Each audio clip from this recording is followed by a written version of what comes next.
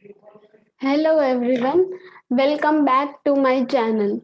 आज हम स्टार्ट करेंगे हमारा case number 4 of bank reconciliation statement. ठीक है। इसमें हम पढ़ेंगे कि हमारा जब स्टार्टिंग बैलेंस होगा एज पर बैंक बुक तो हमें कौन से चेंजेस लाने हैं। Further wasting without wasting any time, I open my PDF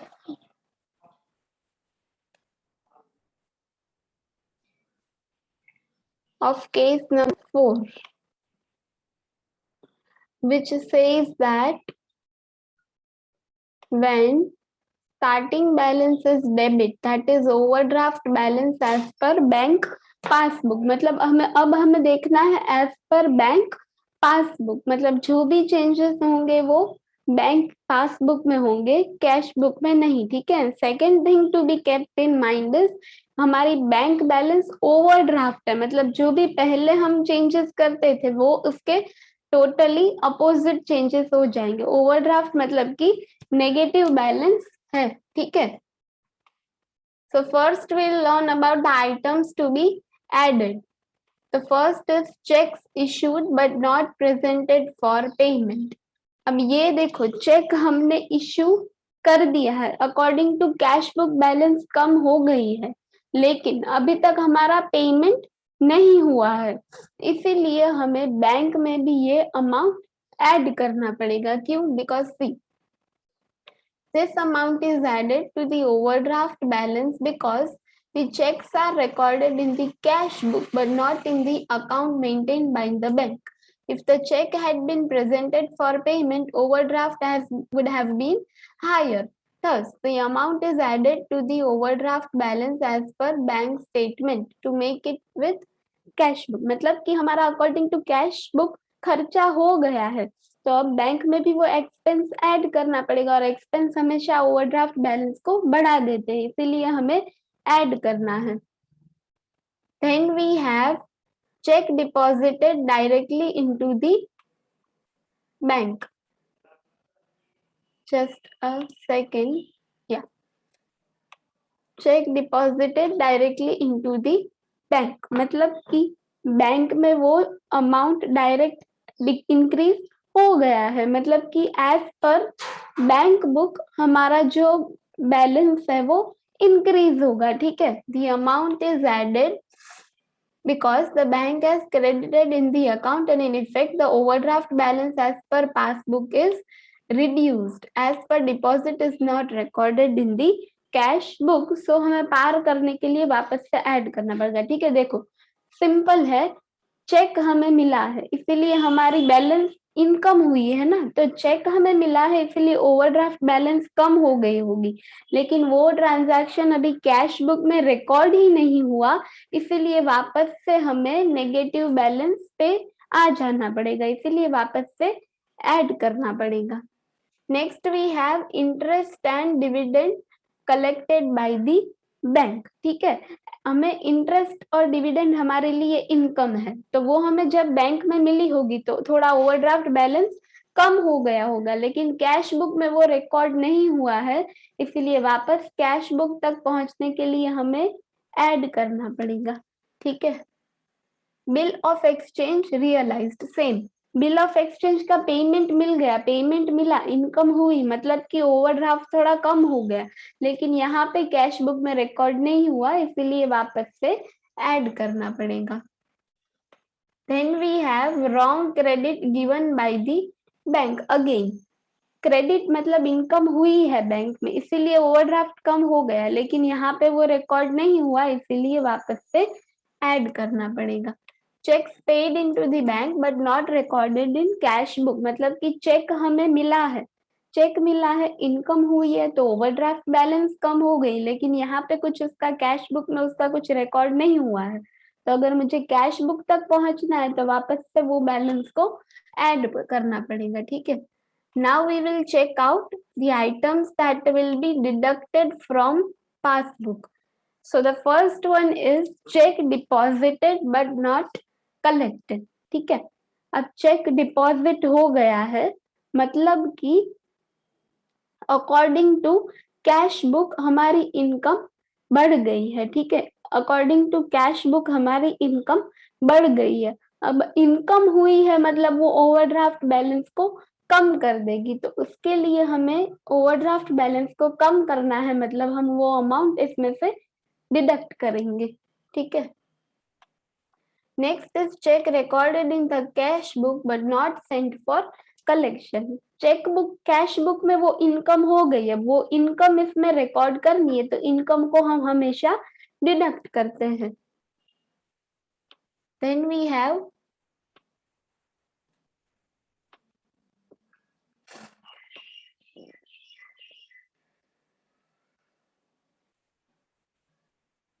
check और बिल ऑफ एक्सचेंज डिसओनर्ड। अब ये डिडक्ट होगा, क्यों होगा? Because the amount not realised by the bank is debited to the account. In effect bank statement shows higher overdraft balance as the amount is not recorded in the cash book. The amount is deducted to bring the balance at par. मतलब कि check dishonour हो गया है तो मतलब वो payment हुआ ही नहीं है, पेमेंट नहीं हुआ तो इनकम हमें मिल गई। इनकम हमेशा ओवरड्राफ्ट बैलेंस को कम करती है, इसीलिए डिडक्ट। फिर है bank charges and interest charge, ठीक है। वो द अमाउंट क्यों होगा, देखो हमारे जो भी एक्सपेंसेस है वो हमने चार्ज कर दिए, एक्सपेंसेस चार्ज करे मतलब ओवरड्राफ्ट बैलेंस बढ़ गई, लेकिन वो एक्सपेंसेस कैश बुक में रिकॉर्ड नहीं किए, मतलब कैश बुक में अभी खर्चा हुआ ही नहीं है, तो कैश बुक तक लाने के लिए हमें वापस से डिडक्ट करना पड़ेगा, ठीक है। Then we have direct payment made by the bank for standing instruction. Bank ने पेमेंट कर दिया था तो ओवरड्राफ्ट बैलेंस और बढ़ गई, लेकिन कैश बुक में वो पेमेंट रिकॉर्ड नहीं हुई, इसीलिए यहाँ तक आने के लिए वो बैलेंस को डिडक्ट करना पड़ेगा। Then we have wrong debit by the bank. गलती से बैंक ने wrong डेबिट कर दिया था तो अब उसे हम वापस से नीचे लाएंगे, इसीलिए डिडक्ट करेंगे। Now let's start with the illustrations. The first illustration says that bank passbook of Taneja and company showed overdraft of 7,700, ठीक है। तो overdraft as per bank passbook 7,700. Check issued before 31st December but not yet presented for payment. मतलब कि check issue हो गया है, हमें लगा है कि वो एक्सपेंस हो गया है, लेकिन अभी बैंक में वो एक्सपेंस नहीं हुआ, तो बैंक का भी एक्सपेंस बढ़ाने के लिए हम ऐड करेंगे कि एक्सपेंस से ओवरड्राफ्ट बैलेंस बढ़ जाती है। Then we have cheque paid in the bank but cheque amounting to 2600 has not been collected yet. मतलब कि इनकम होनी थी लेकिन अभी तक हुई नहीं, तो वो इनकम को रिकॉर्ड करने के लिए ओवरड्राफ्ट बैलेंस में से लेस कर देंगे। Interest on loan 554 directly debited bye the bank. मतलब कि वो जो इंटरेस्ट ऑन बैंक लोन था अभी अकॉर्डिंग टू कैश बुक वो अभी इंटरेस्ट चार्ज नहीं हुआ, एक्सपेंस अभी हमें नहीं करना है। एक्सपेंस नहीं करना मतलब वो ओवरड्राफ्ट बैलेंस को थोड़ा कम कर देगा, मतलब कि वो लेस होगा। 4,800 directly deposited by the customer. हमें इनकम हुई है लेकिन कैश बुक के अकॉर्डिंग इनकम अभी तक नहीं हुई है, तो ये इनकम हम कंसिडर नहीं कर सकते, इसलिए बैंक की ओवरड्राफ्ट बैलेंस को वापस से बढ़ाना पड़ेगा, मतलब कि ऐड करना पड़ेगा। Next we have illustration number 17। Balance as per passbook 80,000 rupees, ठीक है। Debit balance as per passbook 80,000 rupees, ठीक है।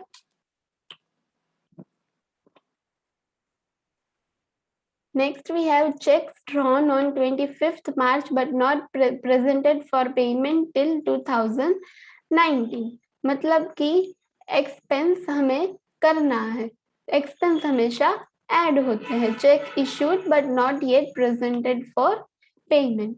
Interest on bank overdraft not entered in the cash book. मतलब ये एक्सपेंस नहीं होना, एक्सपेंस नहीं होना तो इनकम हो गई, तो इसलिए इनकम हम डिडक्ट करते हैं। Outstation check 30,000 deposited into the bank but collected in the 2019 April. ये डेट तक वो हमारा इनकम नहीं हुआ था, ठीक है, इसीलिए वो इनकम अभी तक नहीं हुआ है, लेकिन हमें इनकम रिकॉर्ड करना है, तो हम cheque sent for collection 30,000 income deduct करते हैं। 10,000 insurance premium paid by the bank but not entered in the cash book. Expense अभी वो नहीं होना था क्योंकि कैश बुक में नहीं लिखा, इसीलिए वापस से लेस कर देंगे। Chamber of commerce 3,000 paid by the bank but not recorded, वो एक्सपेंस भी अभी हमें नहीं करना था, इसीलिए वापस से डिडक्ट कर देंगे। कलेक्शन चार्जेस 1,000, ये एक्सपेंस भी हमें डिडक्ट कर देंगे क्योंकि अभी रिकॉर्ड नहीं किया है कैश बुक में, तो वो एक्सपेंस हम नहीं ले सकते। जो भी एक्सपेंसेस थे वो इसमें अभी तक रिकॉर्ड नहीं हुए हैं, यहाँ हमारे रिकॉर्ड हो गए, इसलिए वापस से हमें नीचे लाने पड़ेंगे। Bill discounted dishonoured but not recorded in cash book, ये भी एक्सपेंस है, मतलब पैसे हमें नहीं मिले लेकिन कैश बुक के अकॉर्डिंग अभी मिल गए हैं, इसीलिए वापस से इसमें से ओवरड्राफ्ट बैलेंस को कम कर देंगे, लेस कर देंगे, ठीक है। फिर ऐड करो, माइनस करो and the final balance will B 57,000 rupees. Then we have illustration number 18, which shows the passbook of Rajendra debit balance of 41,000 rupees. Balance as per passbook 41,000 rupees. Checks amounting to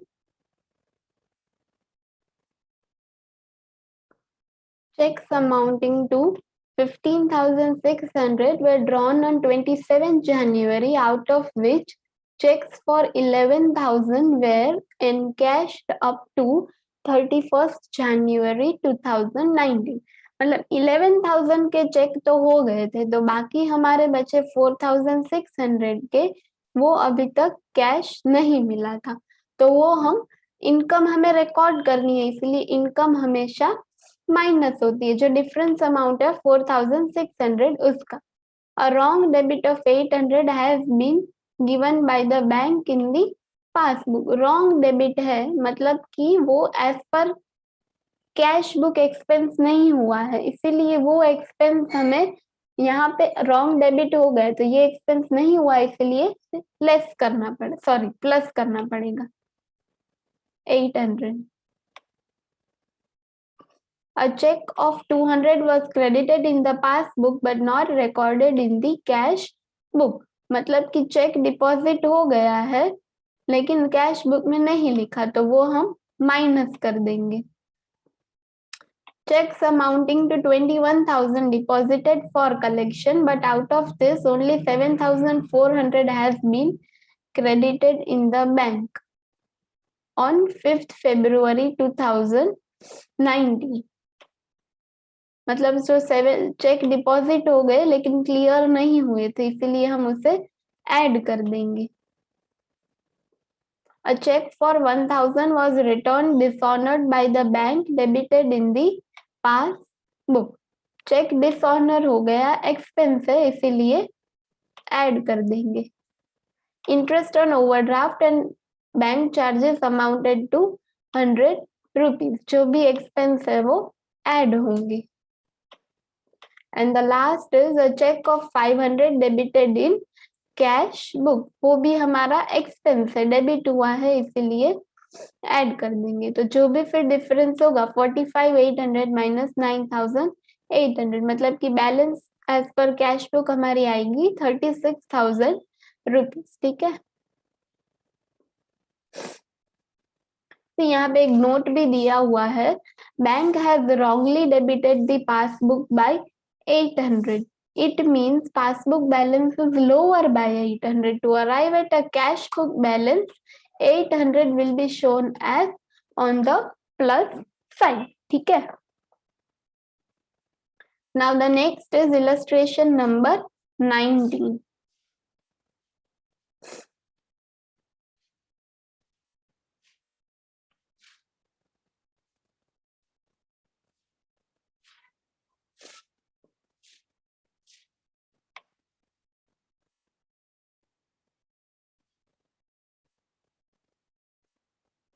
Okay.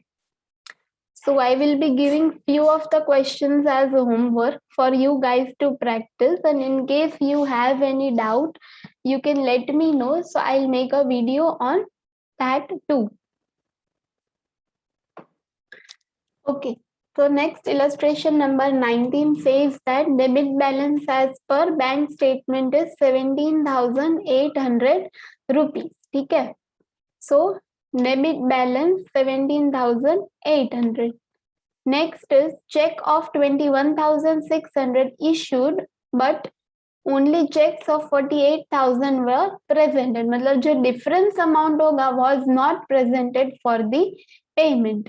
तो वो add करेंगे. Cheque issued but not presented for the payment 6,800. जो difference है वो. Checks of 10,750 were presented to the bank. Out of them, a check of 4,200 was credited in the first week of April. ठीक है. मतलब कि जो 4,200 है वो ये डेट तक क्रेडिट नहीं हुआ था, तो इनकम है इसीलिए हम लेस कर देंगे. A check of 1,200 was debited in the cash book but not presented in the bank. मतलब कि इनकम है इसीलिए हम लेस कर देंगे. Then we have insurance premium paid by the bank 1,450. लेकिन अभी वो हमें एक्सपेंस नहीं करना था. एक्सपेंस नहीं करना मतलब कि प्रॉफिट या तो इनकम, इसीलिए हम उसे डिडक्ट कर देंगे क्योंकि वो हमारी ओवरड्राफ्ट बैलेंस को थोड़ा कम कर देंगी. A bill of exchange of 6,200 which was discounted but was returned. मतलब कि बिल डिसऑनर हो गया, मतलब कि पेमेंट नहीं मिला, इनकम हुई है इसीलिए 6,200. A draft of 5,000 with Basu Brothers was issued by bank, leaving the bank charges in the 100. In the book entry was recorded for 5,000. मतलब बैंक चार्जेस हमने रिकॉर्ड नहीं करने थे, इसीलिए 100 रुपीज वापस से डिडक्ट कर दिए. Then we have 400 for bank charges recorded twice. तो एक बार हमें एक्सपेंस करना है, ठीक है, एक बार नहीं करना, तो जो एक एक्सपेंस है वो वापस से ऐड कर देंगे. And 350 were not recorded in the cash book. अभी तक रिकॉर्ड करना ही नहीं है इसीलिए डिडक्ट कर देंगे. ठीक है. So final balance will B 11,500. ठीक है. Now I think illustration number 20 also I will do. ठीक है. shows a debit balance of 10,000 as per bank book. Overdraft balance as per passbook 10,000 rupees. Then we have check amounting to 8,000 drawn on 25th March, out of which 5,000 were encashed on 2nd April. मतलब 5,000 हमें अभी तक payment नहीं करना था, नहीं किया था हमने, तो वो expense as per bank book add कर देंगे बिकॉज वो हमारी ओवरड्राफ्ट बैलेंस को एक्सपेंसेस बढ़ाते हैं. Cheque paid into the bank for collection but 2,200 only could be collected. तो जो डिफरेंस है वो हमारी इनकम है. ठीक है. So the difference will be of 2,800 which will be deducted. Income हमेशा डिडक्ट होती है. Bank charges ₹25 and dividend of 350 on investment collected by the bank could not be shown in bank book. ठीक है. Dividend credited bye the bank वो record नहीं किया था, इसीलिए हमने ऐड कर दिया. और बैंक चार्जेस लेस करने थे वो हमने लेस कर दिए क्योंकि वो बैंक चार्जेस अभी एक्सपेंस करने ही नहीं थे. और ये वाली इनकम हमें एज पर कैश बुक करनी ही नहीं थी, इनकम नहीं करनी थी इसीलिए ऐड कर दिया, और एक्सपेंस नहीं करने थे इसीलिए लेस कर दिए. ठीक है. And the last is bill of 10,000 was retired by the bank under rebate of 150, but the full amount was credited in the bank column of the cash book. मतलब कि रीबेट जो हमें नहीं मिलना था वो हम वापस से ऐड कर देंगे क्योंकि एज पर कैश बुक वो इनकम नहीं मिलनी मतलब कि लॉस या तो एक्सपेंस, इसलिए वो ऐड हो जाएगा. ठीक है.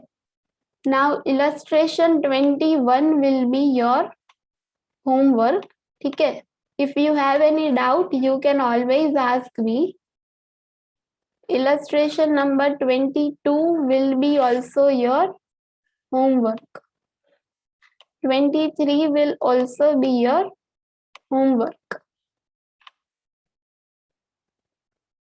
24 will also be your homework. 25 will also be your, अच्छा ठीक है, 25 I'll do.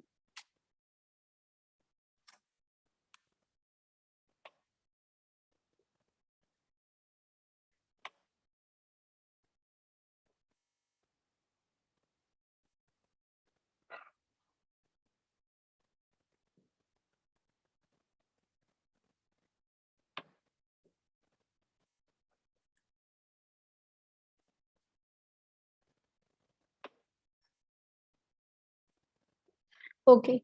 Illustration number 25 says that following are the entries recorded in the bank column of the cash book for the month ended 31st March 2019. Vikas received his bank statement and identified the following mismatches. Check deposited but not credited in the bank ₹10,000. ठीक है, सबसे पहले तो जो हमारा है ये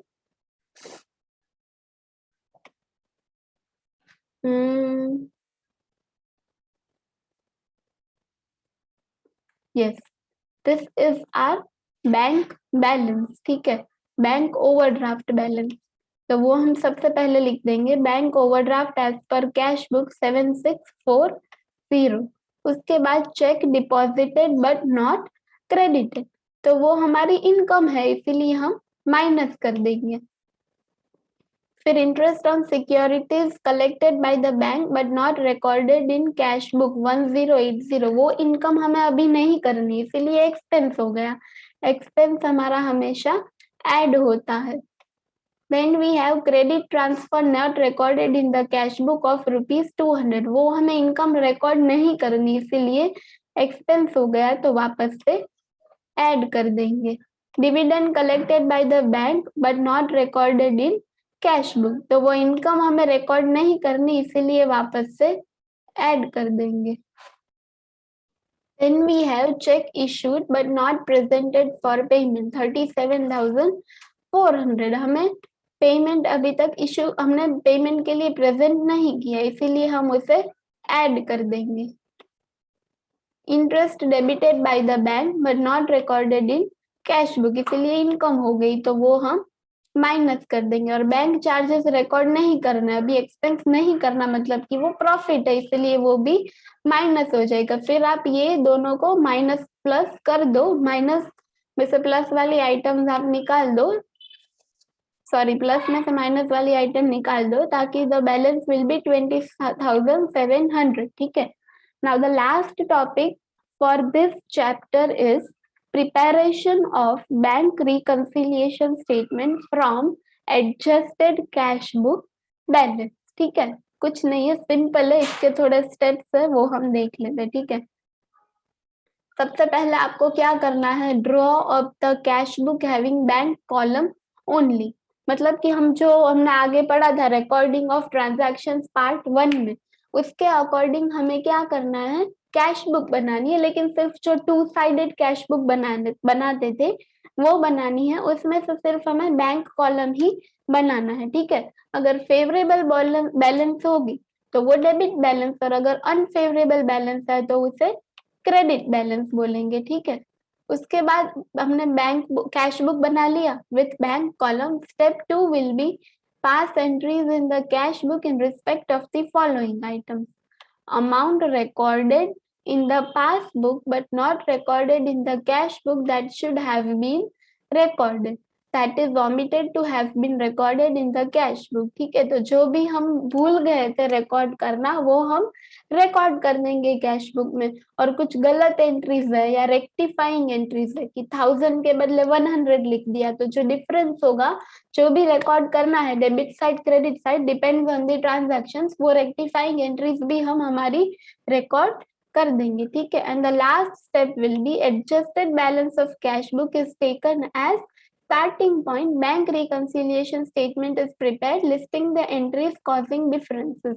मतलब कि जो लास्ट में सब हमने एडजस्टमेंट कर दी, फिर जो हमारा बैलेंस आएगा टू बैलेंस सीडी या बाई बैलेंस सीडी, उसे हम एज हमारा बैंक रिकंसिलिएशन स्टेटमेंट का सबसे पहला स्टार्टिंग पॉइंट ले लेंगे कि balance as per cash book. ठीक है, उसके बाद जो भी चेंजेस हमने करने थे, जो ऊपर के ए और बी के चेंजेस थे, वो हम रिकंसिलिएशन स्टेटमेंट में भी कर देंगे। ठीक है, so this is how it is done. So first of all, illustration 26 में we have debit balance in the bank column as per cash book was 50,000, मतलब कि favorable balance, तो to balance BD 50,000 लिख दिया। ठीक है, check and draft deposited in the bank but not collected 5,000। ठीक है, ये हमने क्या हुआ है, ये हमें 5,000 का जो अमाउंट है वो हमने मिस कर दिया है। तो जो मिस किया है वो डायरेक्टली हम कहाँ लिखेंगे, यहाँ पे। ठीक है, वो हम सबसे पहले लिख लेंगे यहाँ पे। ये बैलेंस अभी रहने दो, लेकिन बैंक रिकंसिलिएशन स्टेटमेंट में cheque issued but not presented for payment, वो हम ऐड कर देंगे। ठीक है, cheque of 10,000 was issued but not presented for payment. Sorry, ये 10,000 वाला यहाँ पे था cheque issued but not presented for payment. ठीक है,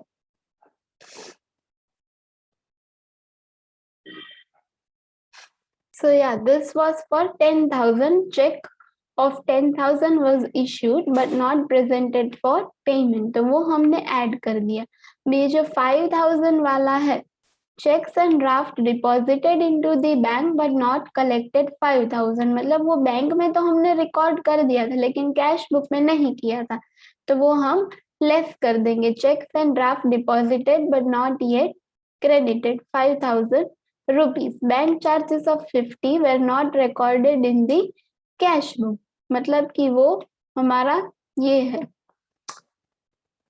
expense. So by bank charges 50 rupees, interest of 5,000 wrongly debited by the bank and also recorded in the cash book was reverse. Reverse मतलब कि income, expense को reverse किया मतलब वापस वो पैसे मिल गए, इसीलिए debit side to interest 5,000. Interest on investment 3,000 was collected by bank but not recorded in cash book, तो वो हम रिकॉर्ड कर देंगे टू इंटरेस्ट ऑन इन्वेस्टमेंट 3,000। ठीक है, अब ये इसका टोटल आएगा 58,000 माइनस 50 रुपीज करेंगे, इसीलिए हमारी बैलेंस सीडी रहेगी 57950। अब ये वाली बैलेंस जाएगी बीआरएस के स्टार्टिंग में, balance as per cash book 57950, उसमें हम ये ऐड करेंगे 10,000 और लेस करेंगे 5,000, so amount will be as per passbook 62,950। ठीक है,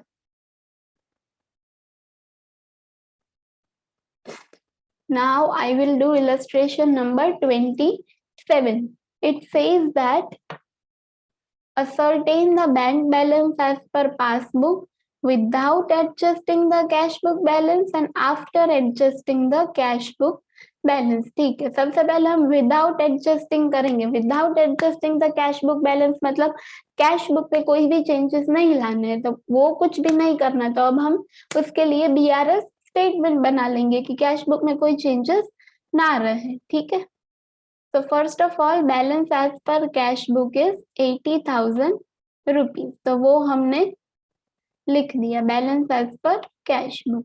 Then we have check issued but not encashed up to 31st March 2019, मतलब कि वो वापस से ऐड कर देंगे check issued but not presented for payment.